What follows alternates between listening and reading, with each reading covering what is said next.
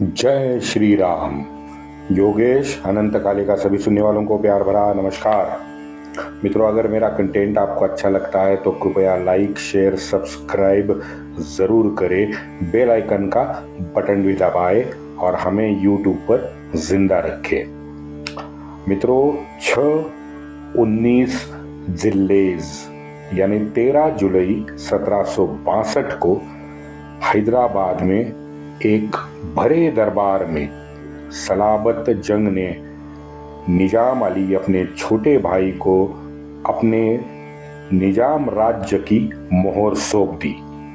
निजाम अली हैदराबाद रियासत का अधिकृत नवाब 13 जुलाई को बन गया। विठल सुंदर को प्रतापवंत का किताब देके राज्य का दीवान उन्होंने बना दिया। सलाबत जंग ने बूसी को भी ऐसे ही दीवान बनाया था, फिर निकाला भी था। अब निकाल के फिर बना दिया, फिर निकाल दिया। आपको याद होगा वो सलाबत का खेल। अब सलाबत जंग का व्यक्तित्व तो आप जानते ही हो। सलाबत के अंत की 13 जुलाई 1762 के दिन शुरुआत हो गई। ये सिद्ध हो गया कि उसके अंत की ये दिन शुरुआत है, क्योंकि मित्रों एक साल बाद 13 सितंबर 1763 को सलाबत का सर कलम कर दिया गया, उसका शिरच्छेद कर दिया गया। सैफजंग के भाई एक थे अली उद्दौला, उसके हाथों सलाबत की हत्या करवाई गई। अब ये भी बहुत इंटरेस्टिंग है कि ये जो अली उद्दौला होता, इसको भी खाने में कुछ मिलाया गया, क्योंकि उसके बाद तुरंत अली उद्दौला बीमार पड़ने लगा। उसके आंखों के सामने सलाबत जंग दिखने लगा। वो बीच बीच में अनकॉन्शियस होने लगा। अनकॉन्शियस होने के बावजूद वो बीच में चिल्लाता भी था। डर के मारे में कोने में बैठ जाता था। ये हाल अली उद्दौला का हुआ। बाद में मरते समय फ्रेंच डॉक्टरों ने उसे रक्तक्षय रोग का निदान किया गया। अली उद्दौला बाद में कहीं मरा होगा, उसकी तारीख इतिहास में कहीं नहीं है, लेकिन ये इंटरेस्टिंग है। एक हत्यारों को इतना डर सताने लगा कि उसको रक्तक्षय हो गया। चल आगे बढ़ते हैं। शायद सलाबत, मुझे तो लगता है उसको दिमाग में सपनों में पूछा होगा, बड़े भाई ओ बड़े भाई, यार मेरी गलती क्या थी, मेरा गुनाह क्या है, ये तो बताओ। सलाबत का मित्रों ये पूरा एपिसोड ही बहुत दर्दनाक है। खैर,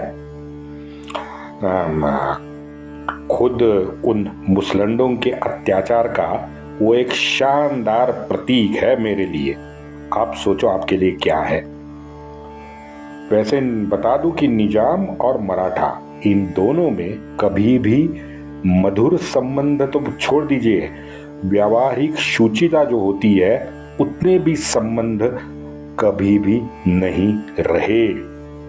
लेकिन यहाँ हमारे पुणे में हमारे अपने मनमौजी बेताल है ना, बेमुरव्वत खोर चच्चा की कृपा से यह माधवराव रोज राजनीति के भयान वास्तविकता का अनुभव ले पा रहा था।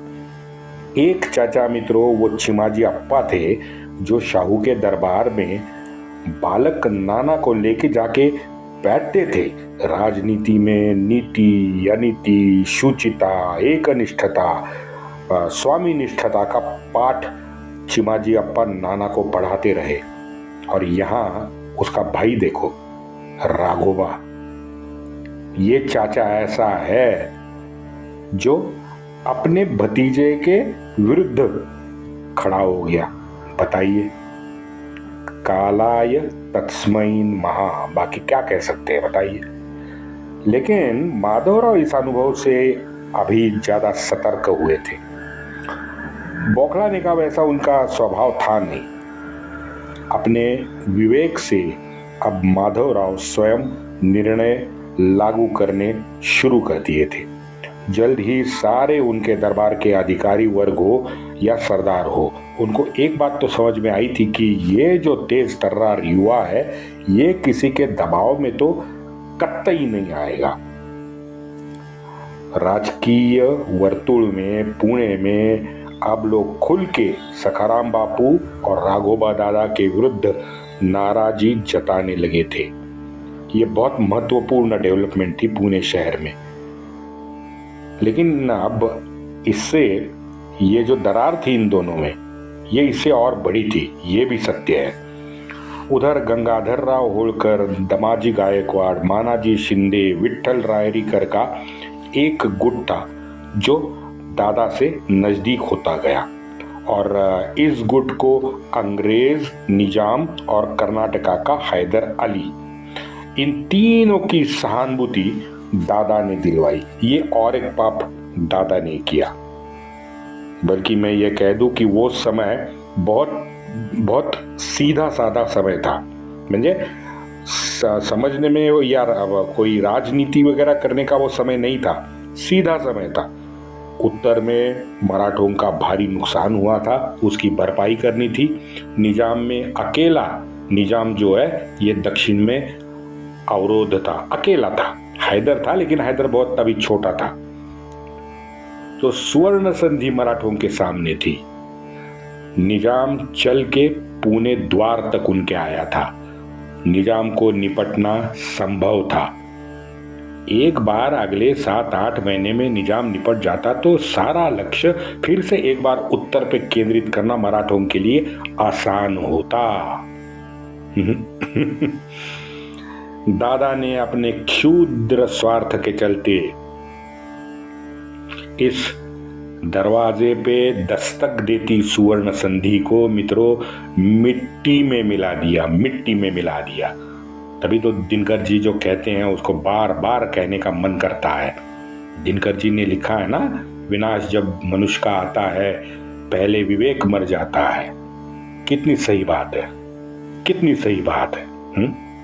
इतने दिन पेशवे पद की लालसा और ईर्ष्या थी, अब उस ईर्ष्या को द्वेष और मत्सर का भी दादा को साथ मिला। बताइए, अब द्वेष, मत्सर, क्रोध, ईर्ष्या, लालसा, अब इतना सारा मन में भरा है, तो वहां विवेक की जगह दादा के मन में कहाँ रहेगी? बताओ तो जरा। हाँ, बस माधवराव के हर ये कार्य में विघ्न डालना है, बस यही एकमेव मकसद अब राघोबा दादा का बचा हुआ था। भाई, हाथ पकड़ के अच्छे बुरे की पहचान कराने के बजाय ये अधेड़ हमारा दादा 18 साल के युवक से, और वो भी भतीजे से स्पर्धा कर रहा था। यार बताइए क्या करे, माथा फोड़े? मेरी तो समझ भी नहीं आ रहा। बाजीराव के पुत्र, नाना साहब पेशवा के भाई, और ये ऐसा बचपना, इतनी हद धर्मी था। और ये राष्ट्रद्रोही कार्य जो उसने किया, उसने निजाम से उरली में संधि कंप्लीट की, संधि कर ली निजाम से। और यही कारण था कि निजाम 6 दिन से उरली में शांत बैठा था। 6 दिन से पुणे में लोग पूछ रहे थे कि भाई इतनी दंदनाता आया हुआ निजाम अचानक उरली जाके 6 दिन शांत क्यों बैठा है? अब पता चला कि अंतर्गत राजकारण ये हो रहा था।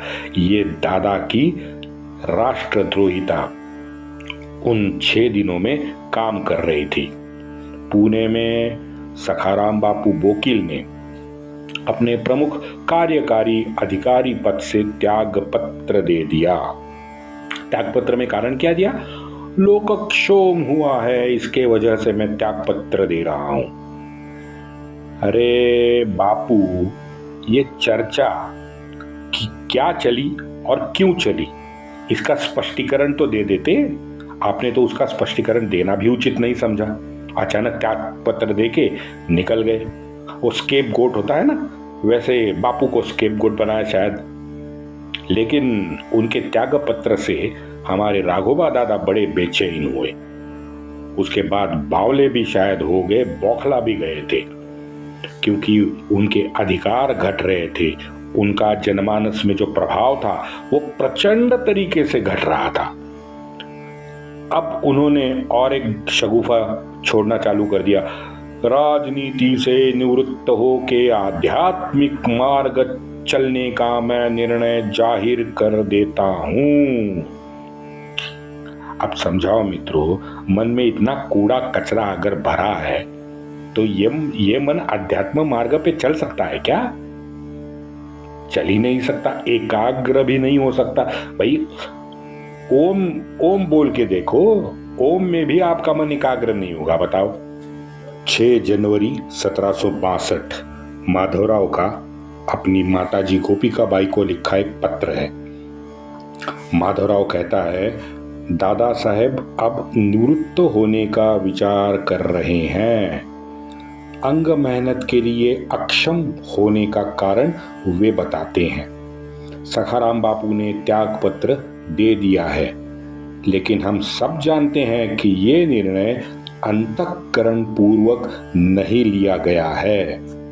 सारे कोंकण के प्रांत के ब्राह्मणों को एकत्र कराने की कोशिशें लगातार जारी है। ये अपने माँ को बेटा लिख रहा है। हमारे पूर्वज हिंदवी स्वराज्य की सेवा करने तो सह्याद्री के ऊपर आए थे। हमने यानी माधवराव ने दादा से उनको विनंती की है कि और 2 साल या 3 साल आप अधिकारी कृपया बने रहे, और जब आपको हम यानी माधवराव हम आपको सक्षम लगे तो बेशक निवृत्ति की ओर आप बढ़ चले। जैसे आप कहोगे, आपके आज्ञानुसार ही हमारा वर्तन रहेगा। मित्रों, इस एक पत्र से तात्कालीन परिस्थिति हमको समझ आती है। आगे दादा का मंतव्य माधवराव ने लिखा है कि दादा के मन में क्या था, और उन दोनों की जो बातचीत हो गई है वो माधवराव बता रहा है कि दादा ने बताया था, हमारी लॉबी अनुभवी और बहुत बड़ी है। आप जैसे युवा अन्य नए अनुभव की कमतरता वाले अधिकारियों के साथ भला क्या कर सकोगे? और लोग कहते हैं कि आप घमंडी हो, स्वतंत्र विचार रखने वाले हो, कैसे मराठों को एक साथ जोड़ सकते हैं? ये दादा माधवराव को पूछ रहा है। बताइए क्या सोच है, ये क्या सोच है? आपको अपने विश्वासु निष्ठावंत पर संशय बार बार क्यों आता है? क्योंकि आपके मन में खोट है। और आगे ये युवाओं से आपको हमेशा ये शिकायत क्यों होती है भाई? आपका ही तो कार्य माधवराव आगे बढ़ा रहा था, बताइए। अब ज्यादा बुद्धि, ज्यादा क्षमता और ज्यादा सफाई के साथ माधवराव आगे बढ़ा रहा था, तो दादा को प्रॉब्लम क्या था? जो दादा चाहता था वही तो माधवराव कर रहा था।